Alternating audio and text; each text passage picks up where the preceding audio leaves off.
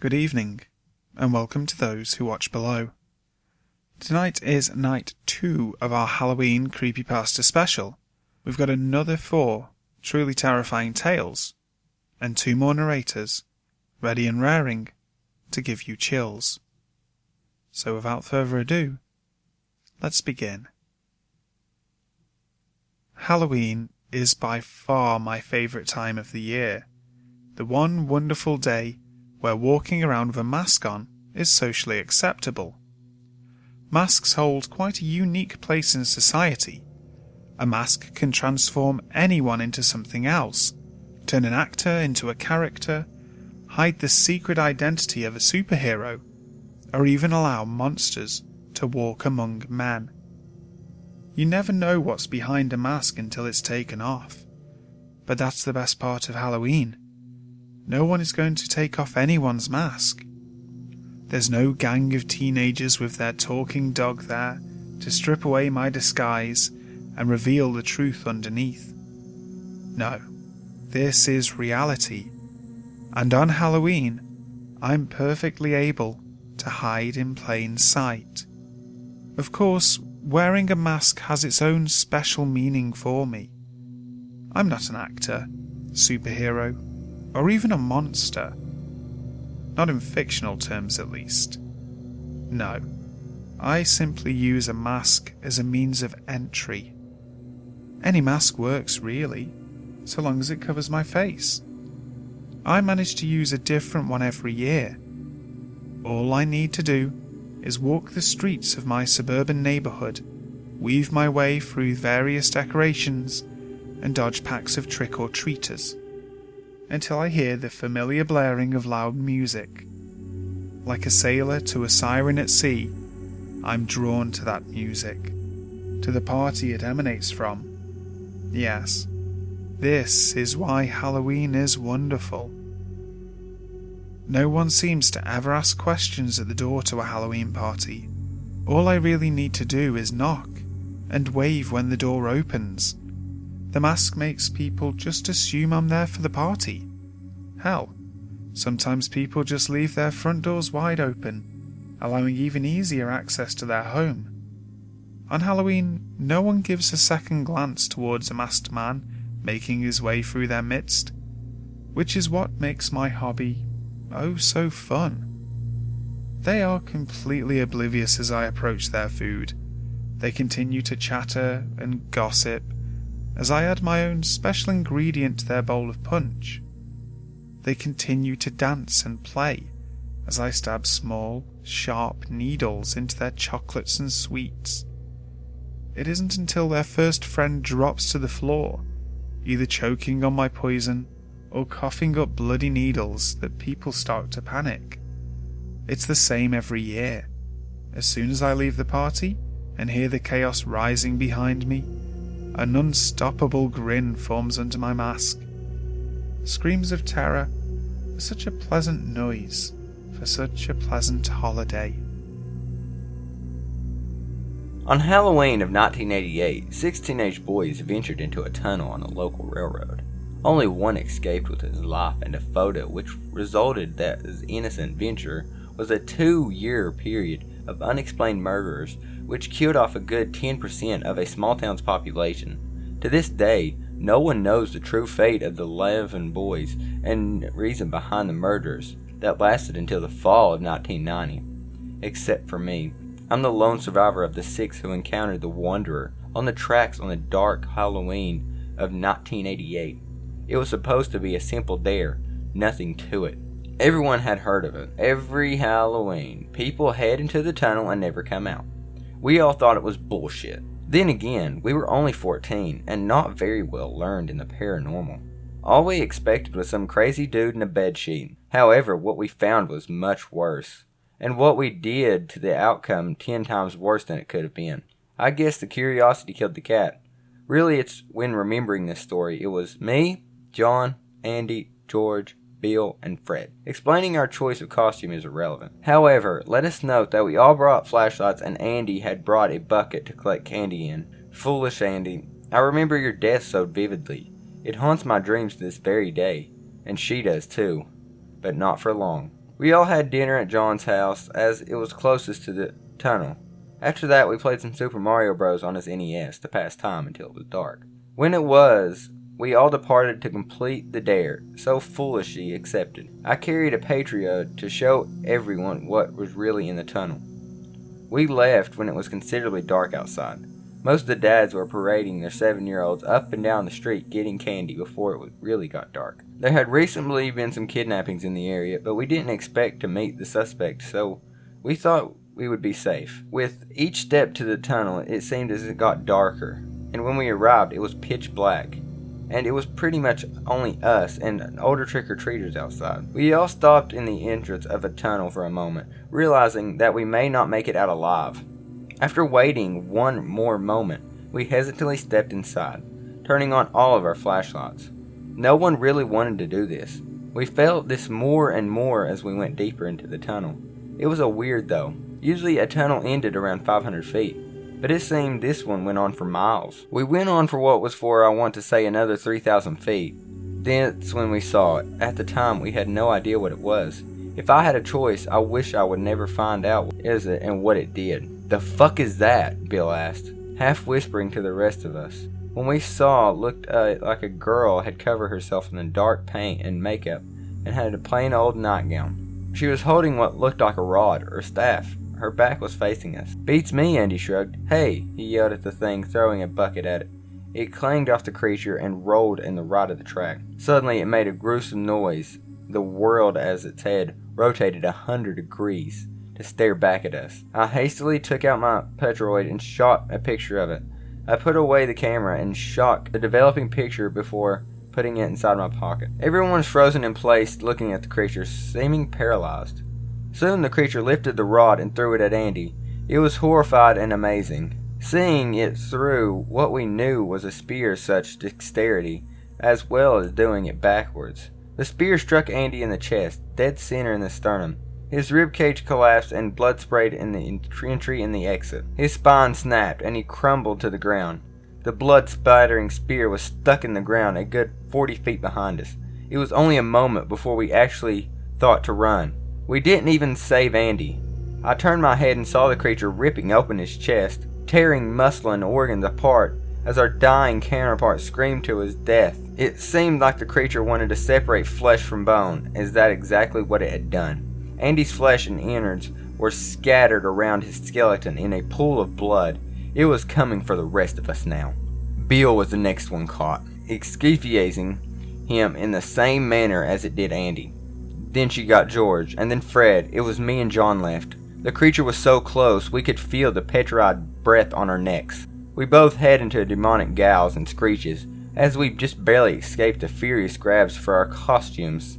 We kept on running, even though the lactic acid had built up so much in our arms, and our breath was ragged, but we were so damn tired. Soon we saw the end of the tunnel. Somehow it was morning, which so illogical, but John and I were both happy to see the light of day. Suddenly I heard a trip and stumble. John had fucking tripped. We were outside of the tunnel and he tripped. I didn't even need to turn my head to know he was going to get gored and guttered. I ran a safe distance away, behind some trees near my house. His screams echoed throughout the neighborhood and awoke several families, wandering outside to see what was happening. Everyone who outside all saw the creature as it tore apart John. When it was done, I swept its eyes across and shocked citizens of my small town, and let everybody a terrifying roar that no man or animal could create.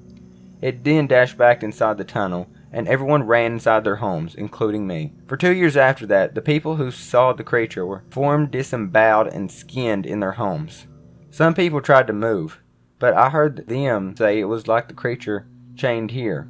The creature was holding everyone here, keeping everyone who had been captive in this town. I'm the last surviving person who saw the wanderer on the tracks, and my time is coming soon. How did I last this long? I don't know.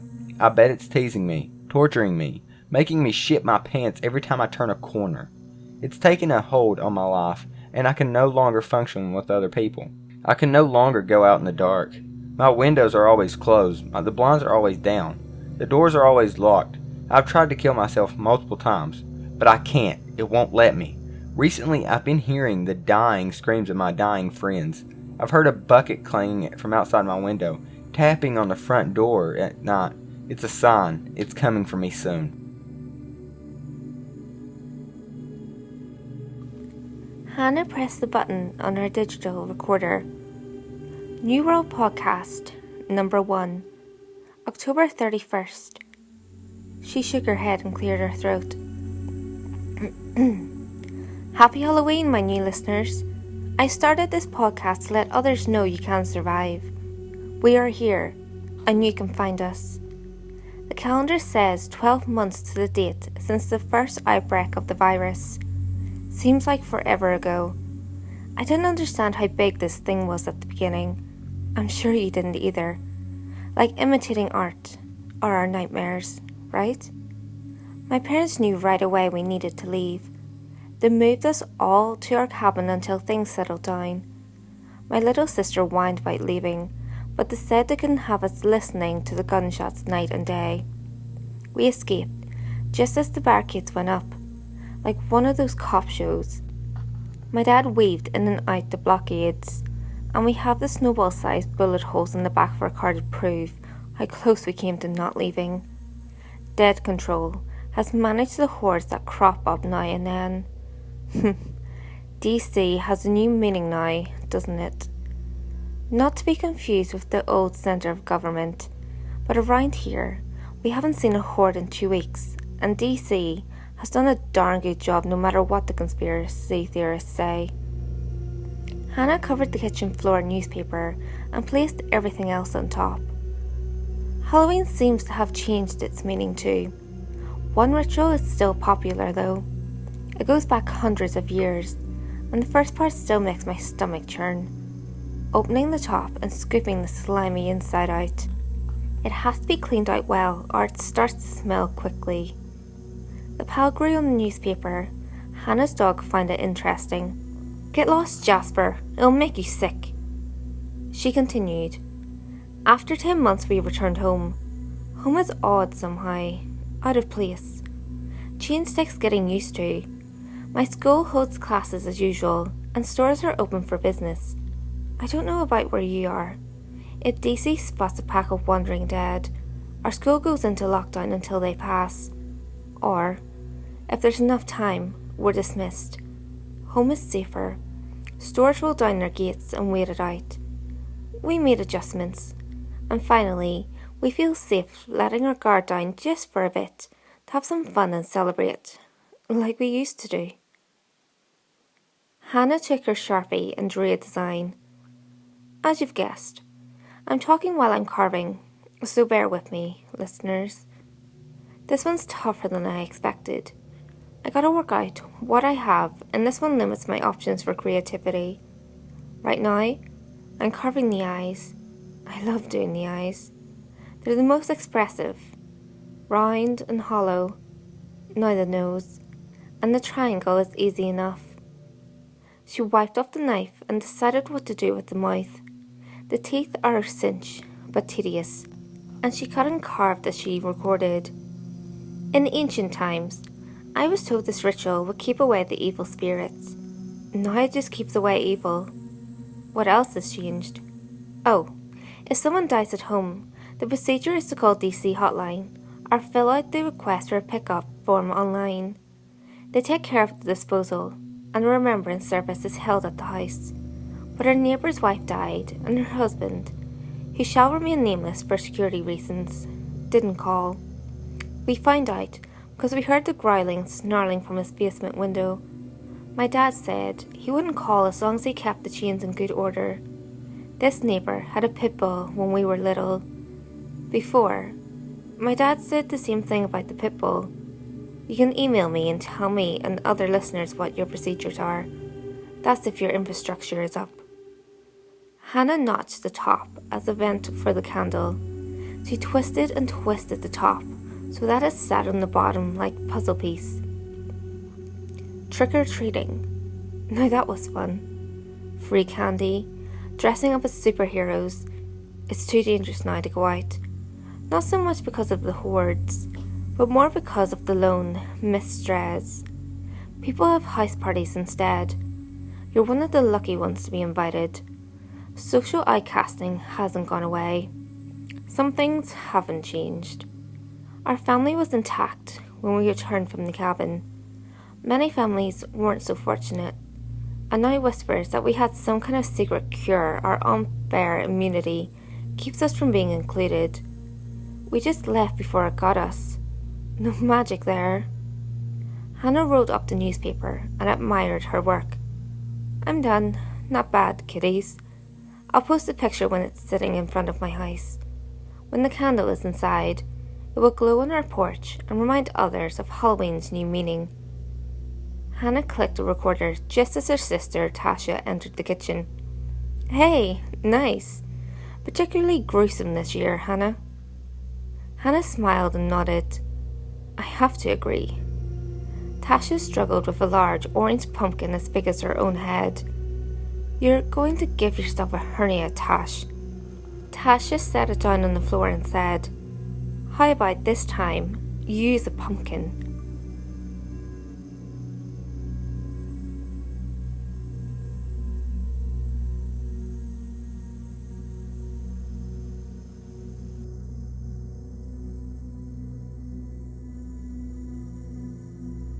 I used to own a small, Halloween-themed shop. It's located downtown in a fairly small city, and unlike many businesses in town after Walmart's arrival, my store never really suffered when it came to customers. Of course, it was only open for the month of October. I sold a lot of unique things that you might find at other novelty stores in big cities, but for cheaper prices. I really didn't do it for profit as much as I did to celebrate the spooky Halloween spirit. I also love to celebrate that spirit by doing my best to scare the crap out of people every Halloween. One particular Halloween, my chosen victim was my buddy Alex. He was a pretty relaxed and calm guy most of the time, so he was the perfect person for the plan I had in mind. First, you should know that I always began packing up my store every Halloween fairly early in the morning, as it was unlikely to get customers on the holiday itself. I told Alex that I had much heavier merchandise that year, and could he help moving it all out? Not knowing what he was getting into, he accepted, and I told him to meet me at the shop at 10 that night, sharp. As I said, Alex was a relaxed and calm guy most of the time. Unfortunately for him, he had once told me about his irrational fear of clowns, and how he could not function around them. So, naturally, my plan involved dressing up in a clown costume. When he arrived at the shop, I would stand perfectly still like a statue. Once he realised he couldn't find me, he would then call me most likely, but when my phone rang, it would be in the pocket of the apparent clown statue, and when he came over to investigate, I'd give him my best scare. Pretty simple plan, right? Everything was set in motion. I dressed up and stood near the back of the store, obscured by some boxes and other decorations, and waited for his arrival. A little after 10, Alex entered. It was very dark, and I'd made the last-minute decision to cut the lights before he arrived. He called my name a few times, but of course I didn't respond. I heard him walking round a bit, looking around the shop for me. I could barely hold back laughter. After a bit more shuffling, I heard Alex speak in a defensive tone. Not funny, dude. I looked around, but there was definitely no way he could see me right now, even if I had twitched or anything. I continued to play dumb. Come on, man, he repeated again, sounding angrier this time. That's not funny. Confused, I quietly adjusted a nearby stack of boxes so I could peer through a crack towards his voice. I couldn't make out his shape very well, but I knew for sure he was not looking in my direction. Suddenly, my phone rang. I heard Alex turn toward the sound instantly, and I froze, giddy with excitement that the plan might be working. But as he approached, I realized he wasn't holding his phone, and a wave of disappointment fell over me as I discovered my prank had been ruined by another caller. All right, fine, you got me. I announced shortly after the phone stopped ringing, taking off my mask and stepping out into the open. But Alex's face didn't look relieved. His face twisted in such horror that I have never seen before. He began yelling and spouting panicky words, and I spent a few minutes trying to get him to calm down. He explained to me that when he entered, a man in a clown costume had stared at him and began walking slowly towards him. But when my phone rang, the man had dashed right out of the store. Alex had no idea that I was actually hiding in the back the whole time. I don't want to think about what could have happened if Alex had shown up late that night, or if my other buddy had never called during the prank. Thanks very much for watching this evening, guys. I hope you enjoyed all the videos. I will be back, funnily enough, tomorrow with another 3 narrators and 4 creepy tales. If you enjoyed today's video, make sure you like, share, comment and subscribe, and check out the other narrators if you like them. I've put the details down in the description box below. So, until next time, sleep tight.